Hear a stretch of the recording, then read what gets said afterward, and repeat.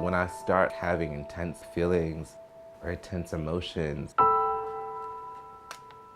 and like my head starts feeling scrambled up, I start trying to speak it out.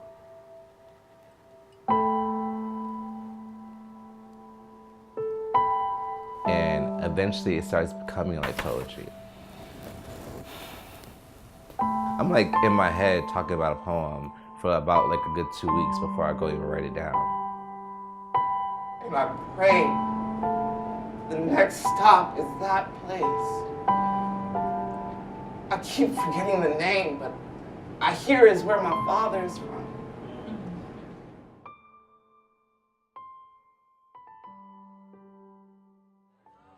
I'm working on this one-man show right now. And it's all about this journey story of this young boy to get to this place for those who consider it hard to love. If I'm too much, why don't you just leave? If I'm really just too hard to love, why bother trying? Just leave. Just leave! What does it mean to be Black, queer, HIV positive? In many ways, I'm like extremely hard to love.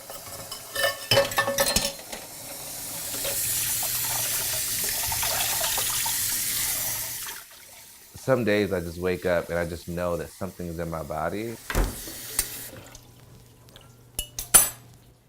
I just think about like, I can't just take this out of my blood right now.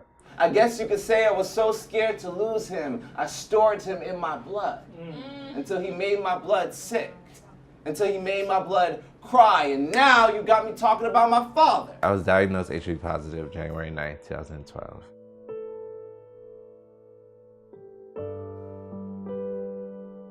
I would just hated myself.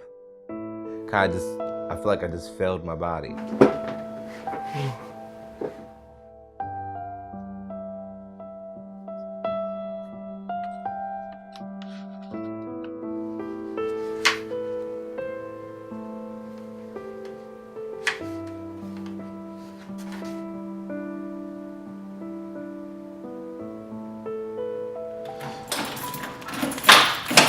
I was going through a lot when I first diagnosed.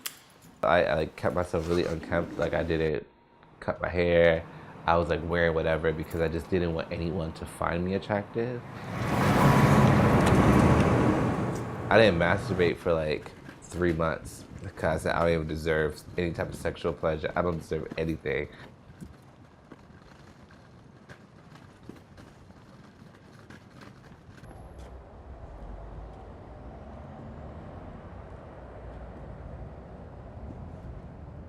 What's it like to be medication? How many people had to die before getting you right? Why do I mostly see you dating Black guys? Are you paying for this meal, or has my blood already covered the tab? To which my doctor replies, Tim, are the stomach aches the only side effects you have noticed?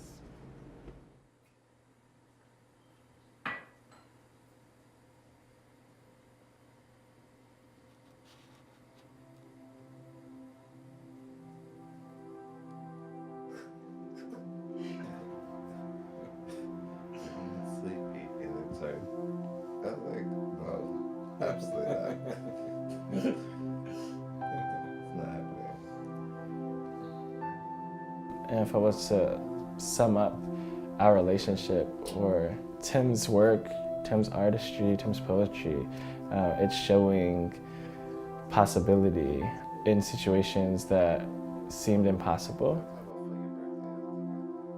The hardest part of us building together in relationship to HIV is trying not to fall into the storylines that other people have set.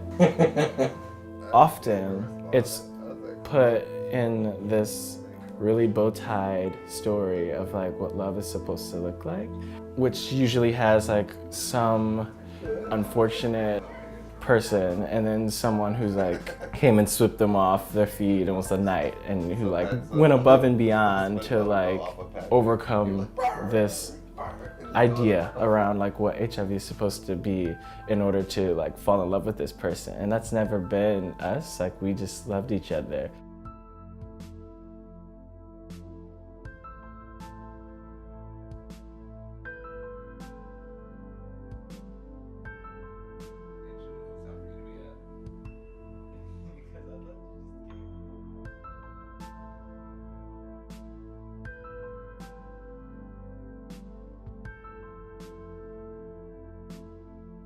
I don't want to get it wrong because I love this person so much.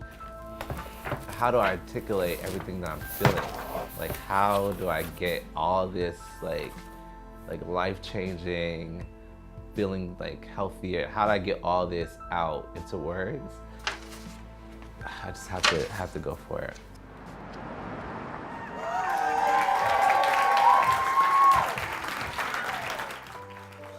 I wrote this poem for Hari. I'm on the edge of the earth chanting your name over the ruckus of tide. When you yell to me, just come to bed, so I do.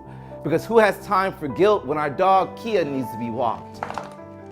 And you're busy drawing a portrait of my face in the living room, and I want to say I love you, but I am frightened over just how many people those words have already undone today. So I go to therapy instead and ask Latifah, how do I make my body a home for something other than ghosts? And she says it's a matter of working towards it each and every day. And baby, when I say I'll do anything for you, Hari, I mean. And it's here that we will live forever, my nigga.